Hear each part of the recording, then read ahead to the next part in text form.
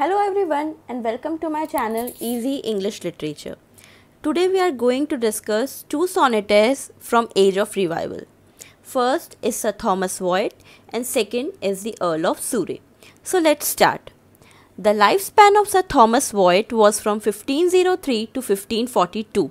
He was a 16th century poet and English ambassador in reign of Henry VIII.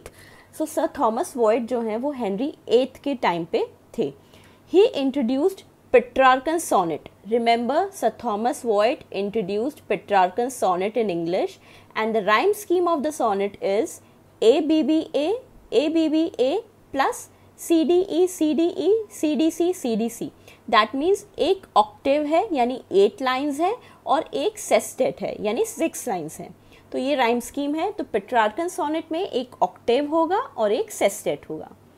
C.S. Lewis called him the father of the drab age. Net में इस तरीके के questions आ सकते हैं कि who is known as the father of the drab age? So Sir Thomas Wyatt is known as the father of the drab age. Now Sir Thomas Wyatt started Wyatt rebellion against marriage of Mary I and Philip II. तो Mary I and Philip II के marriage के against इन्होंने Wyatt rebellion start किया.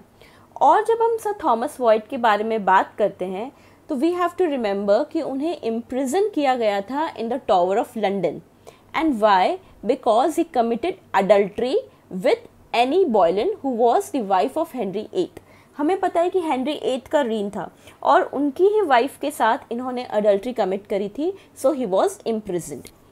ही died of illness in the year 1542.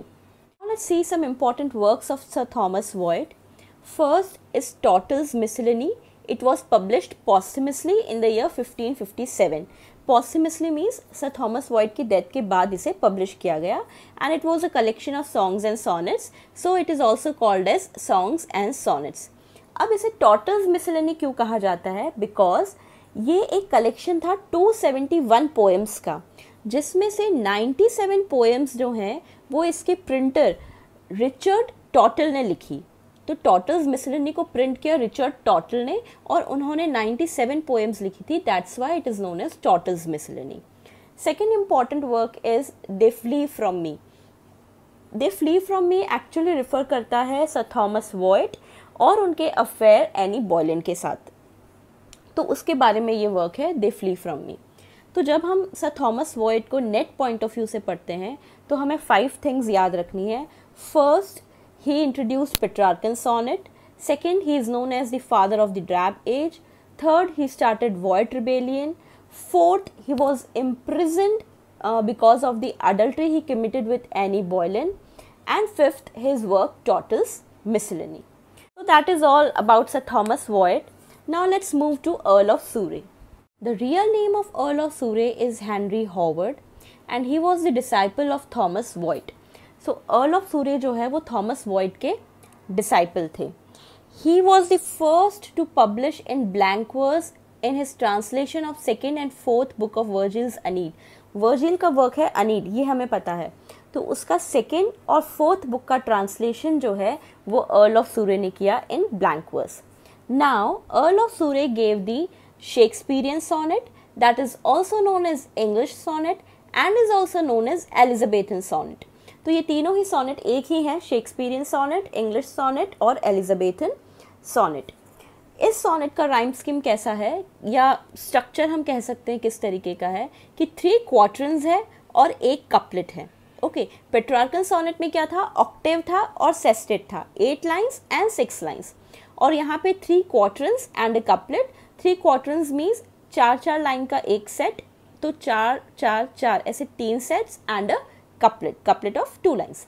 So the rhyme scheme was ABAB, CD EF and GG. ये एक quatrain है, second quatrain, third quatrain and a couplet. This is the structure of English Shakespearean or Elizabethan sonnet. Earl of Surrey is known as the father of English sonnets. Okay, he is known as the father of English sonnets and his sonnets were addressed to Geraldine. ये हमें ध्यान रखना है कि earl of सूरे के जो sonnets हैं, जो भी सॉनेट्स इन्होंने लिखे, ये किसको एड्रेस करके लिखे, ये भी नेट में क्वेश्चन आ सकता है. तो ये एड्रेस किए गए गेराल्डिन को. तो जब हम अर्ल ऑफ सूरे की बात करते हैं तो हमें ध्यान रखना है उनका real name Henry Howard. He was the disciple of sir Thomas void. He translated the Virgil's Aeneid second and the fourth book. He gave Shakespearean English or Elizabethan sonnet. He was also known as father of English sonnets, as well as his sonnets were addressed to Geraldine.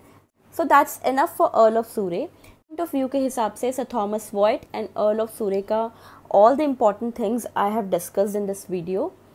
For more such videos, please subscribe to my channel and hit the bell icon. Till then, all the best and keep learning.